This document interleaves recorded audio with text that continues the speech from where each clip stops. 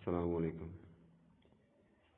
میرا سوال یہ ہے کہ امام اعظم ابو حنیفہ رحمۃ اللہ علیہ کی نماز جنازہ کس نے پڑھائی تھی؟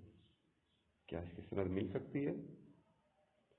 تو متعدد کتب میں امام ابو حنیفہ رحمۃ اللہ علیہ کی نماز جنازہ 6 مرتبہ پڑھے جانے کے بارے میں بیان کیا گیا ہے۔ بہرحال ہمیں جو ملا ہے درج ذیل ہے۔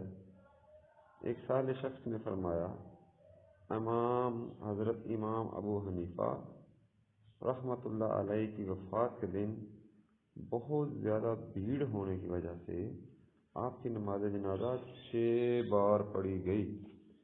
آخری مرتبہ آپ کے بیٹے حماد نے پڑھائی۔ اسد بن عمارہ اور ایک دوسرے آدمی نے آپ رحمۃ اللہ علیہ کو غسل دیا۔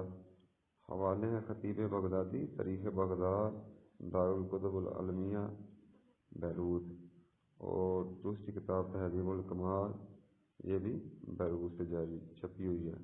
واللہ اعلم ورسولہ بالصواب۔